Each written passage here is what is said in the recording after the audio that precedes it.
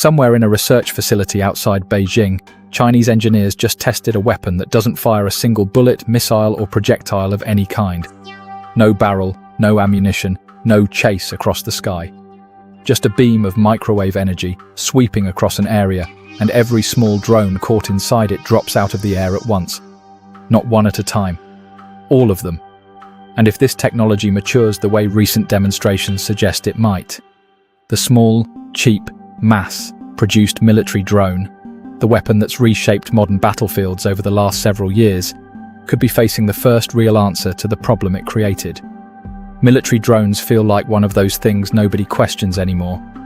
Cheap, disposable, launched by the hundreds or thousands, overwhelming traditional air defense simply through sheer numbers and low cost. But step back for a second. Air defense has stayed mechanically similar for most of the last century. One projectile shooting down another object, a missile or an anti-aircraft round chasing a single target out of the sky. Radar got better, tracking got faster, interceptor missiles got smarter. The core idea never changed. Stop a threat in the air by hitting it with something else. For decades, that approach scaled reasonably well because the number of threats in the air at once stayed relatively low. Then small, cheap drones showed up in large numbers, and the math flipped completely. A single interceptor missile can cost hundreds of thousands of dollars. The drone it's shooting down might cost a few hundred. Defending against a swarm of 50 or 100 drones, one interceptor at a time, isn't just expensive, it's often not physically possible fast enough. It's such a foundational assumption in air defense that almost nobody seriously questioned it until drone swarms made it look outdated. Does stopping 100 small flying threats actually require 100 individual interceptors? A growing number of Chinese defense researchers think the answer is no, and they've spent the last several years pushing directed energy and electromagnetic technology to prove it. Here's the part that stays under-discussed until you actually look at the math. According to publicly reported Chinese defense industry statements and coverage from outlets tracking regional military technology, one interceptor missile can only ever engage one aerial target at a time, no matter how sophisticated the radar or guidance system behind it becomes. A coordinated swarm of dozens of small drones arriving simultaneously simply outpaces how quickly traditional systems can identify, track, and individually engage each one. Defense analysts covering this problem have repeatedly noted that the cost-exchange ratio, expensive interceptor against cheap drone, is strategically unsustainable if swarm attacks become common, since a defender could theoretically be bankrupted by drones costing a fraction of what it takes to shoot each one down. That's the entire strategic problem in a sentence. You can't outshoot a swarm one bullet at a time forever if the swarm is cheaper to build than your bullets are to fire. So Chinese defense research institutions, alongside major state-linked manufacturers, asked a different question.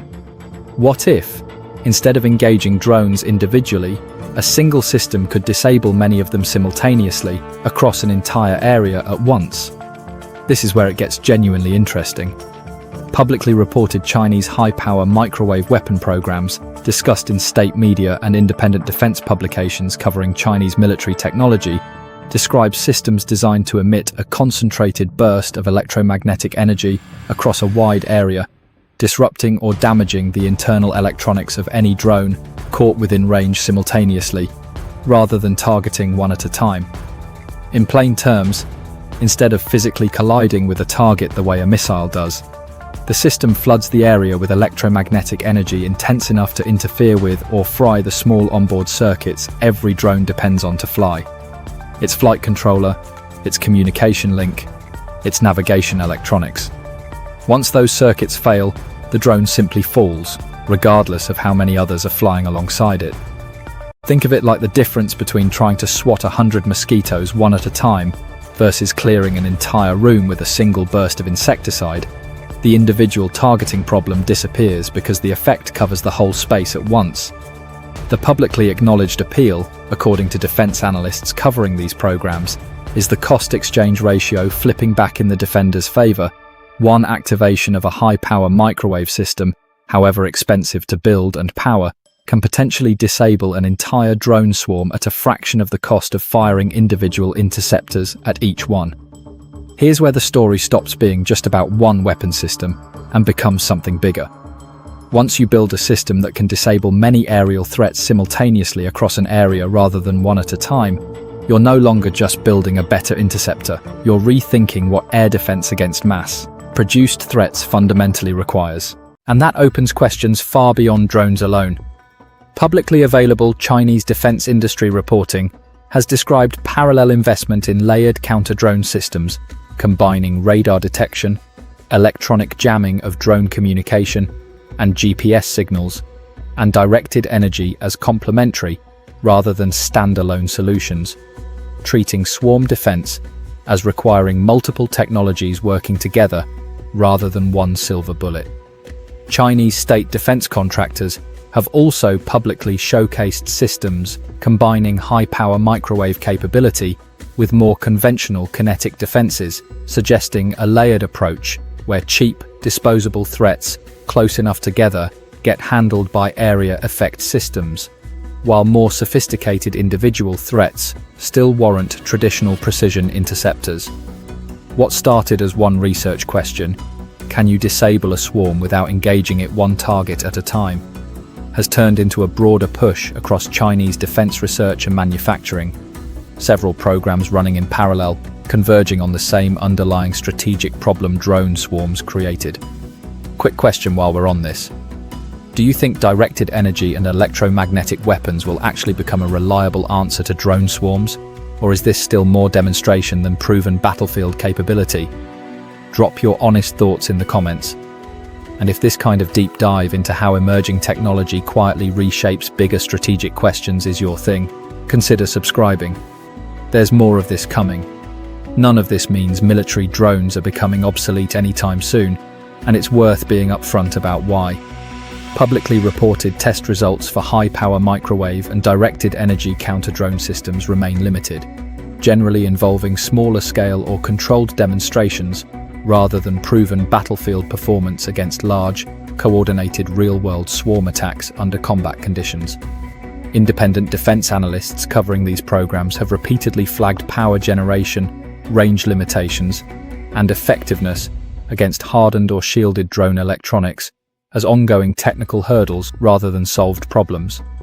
There are also fundamental limitations publicly acknowledged by researchers.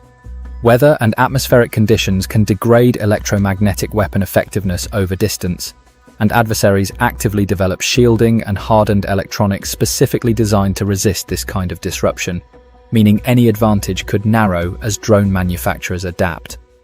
Cost and deployment timeline estimates for fielding genuinely combat-proven systems at scale, according to public defense analyst commentary, still generally point toward continued development rather than widespread near-term deployment.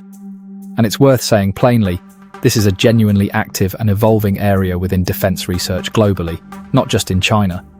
Multiple countries, including the United States and several European nations, are pursuing similar directed energy and electromagnetic counter-drone research, and experts disagree meaningfully about which approach will prove most effective at scale.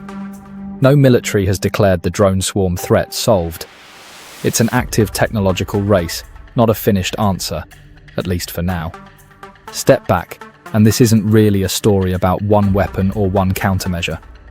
It's a story about what happens when an offense-defense technology gap opens up fast enough, cheap, mass-produced drones outpacing traditional one-at-a-time defense, that an entirely different category of physics gets explored, instead of simply building faster, better versions of the same old approach. First, it was cheap drones overwhelming expensive traditional defenses. Now publicly, it's a shift toward area effect systems designed to remove the one-at-a-time problem entirely. The pattern raises a bigger question about how quickly defense technology keeps adapting once a cheap, mass-produced threat outpaces the economics of defending against it the old way. What do you think?